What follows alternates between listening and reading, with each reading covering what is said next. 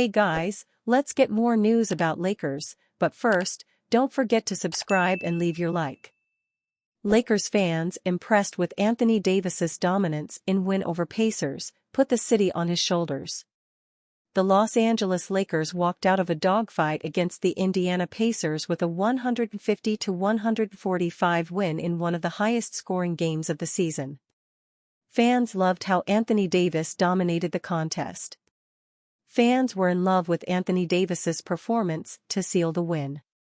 Fans were stunned to see Tyrese Halliburton struggling to crack double-digit points, staying at 6 scored until the last minute of the fourth quarter.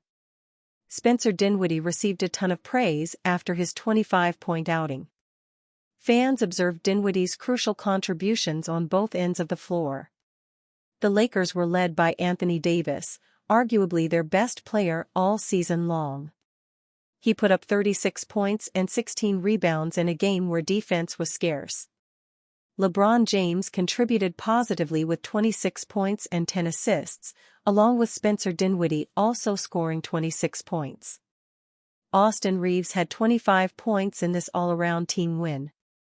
The Pacers stayed competitive courtesy of Pascal Siakam's 36-point performance. Miles Turner had 20 points as well, with 5 other Pacers scoring in double digits as well. Tyrese Halliburton had a rough night, scoring only 6 points through the first 47 minutes of the game before adding 6 late points in their failed comeback to end the night with 12 points and 10 assists. The number 8 seed is pivotal for the Lakers to not be in a position to win consecutive single-elimination play-in games. The last 2 times they made the play-in, they did so as the number 7 seed and maximized their positioning by winning that one game. Qualifying at number 9 will make things problematic for them, also because the Denver Nuggets are the current number 1 seed.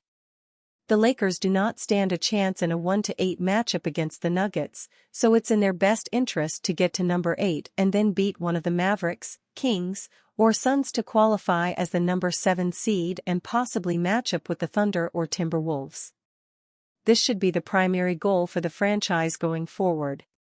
The Lakers are 2.5 games behind the Mavericks and Kings, 2 teams that have to still play each other 2 more times.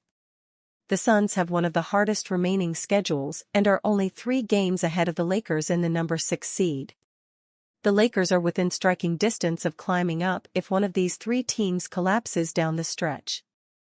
They will be keeping an eye on the surging Houston Rockets, who are just a game behind the Warriors in the number 10 seed, changing the potential play-in opponent the Lakers have assumed for most of the season. Lakers news: Darvin Ham explains why Rui Hachimura has worked in starting lineup. The Los Angeles Lakers built their roster with the intention of being the toughest and most physical team on the floor. With LeBron James and Anthony Davis in the front court, Ham has leaned into their size advantage and is the largest reason why they have turned around their 2023-24 season.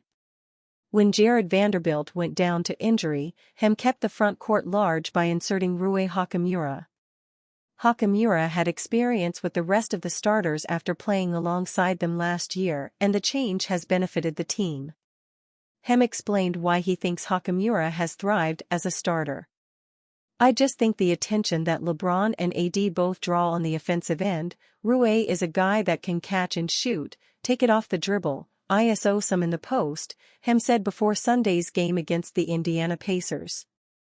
"He can do all of that. But it leaves one defense. When you face a team, it's normally not going to be all defenders in that starting lineup.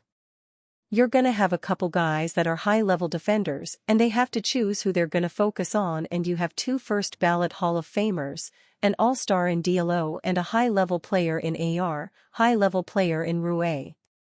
You can't defend everybody even with high-level defensive players. So he gets a lot from the attention that they draw, and he's been doing a good job of taking advantage of it." Besides the offensive end, Ham noted how Hachimura has affected their defense and how teams attack them. "It's something we've worked at, just the communication factor, being in the right place early. Definitely the defensive rebounding. When you start an offensive group like that full of firepower, there's some things that are give and take. We're seeing damn near every team in the league now plays extremely fast, so it's something that we balance, and we've got different coverages and different schemes that we can do to try to deflect that. But at the end of the day, the fruits of the labor that they're providing is at a level where it makes all the sense in the world to keep that group the way it is. Hakamura also believes the new starting lineup has worked and believes his improved play is because the group is more comfortable playing together. Hopefully Hakamura remains this effective, as the Lakers will need him down the stretch. Ham has been preaching all season about his team needing to be better about focusing on the next play. Recently, it feels like the message has finally begun to sink, and Ham acknowledged he's seen improvements in this area. Julius Randall says LeBron messed up his whole career plan. Julius Randall says he wanted to be a Laker for life and that his dream was never possible because of LeBron James. I was really starting to blossom into like a consistent player, Randall said on Roommate's show with Jalen Brunson and Josh Hart. I remember during that year, I was on bit of a run. All right man, I just played my ass off. I'm definitely getting paid. I obviously wanted to be with the Lakers. But it was like, it really didn't matter. Obviously, Bron was coming and stuff, so like it was like get your ass out of here. It was also tricky, I was a restricted free agent, when you are under those guidelines, it's a wait-and-see game. The money basically dried up. I was kind of like in limbo.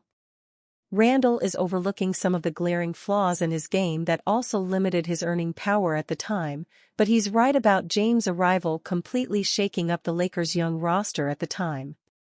After leaving LA in the summer of 2018, Randall signed a 2-year, $18 million contract with the New Orleans Pelicans. But he says his goal was always to follow in Kobe Bryant's footsteps and spend his entire career in purple and gold. I only wanted to play for the Lakers when I got there, he said. I was like, I wanted that Kobe, 20 years, play for one organization type thing. And I remember my agent looking at me. He was like, I was young and naive, and he looking at me, he like, bro, I want that for you too, but that really just don't happen much. And I'm like, man, you don't know me. I'm doing it. Things worked out reasonably well for Randall in the end. After declining his second-year player option with the Pelicans in 2019, he signed a 3-year, $63 million contract with the New York Knicks. He's currently in the second year of a new, 4-year $117 million deal with New York, who are currently well positioned in the 4th seed in the Eastern Conference. Randall may not have got his career-long Laker fairy tale, but things turned out just fine. And you, fan, what do you think of the situation of Julius Randall? Leave your opinion in the comments.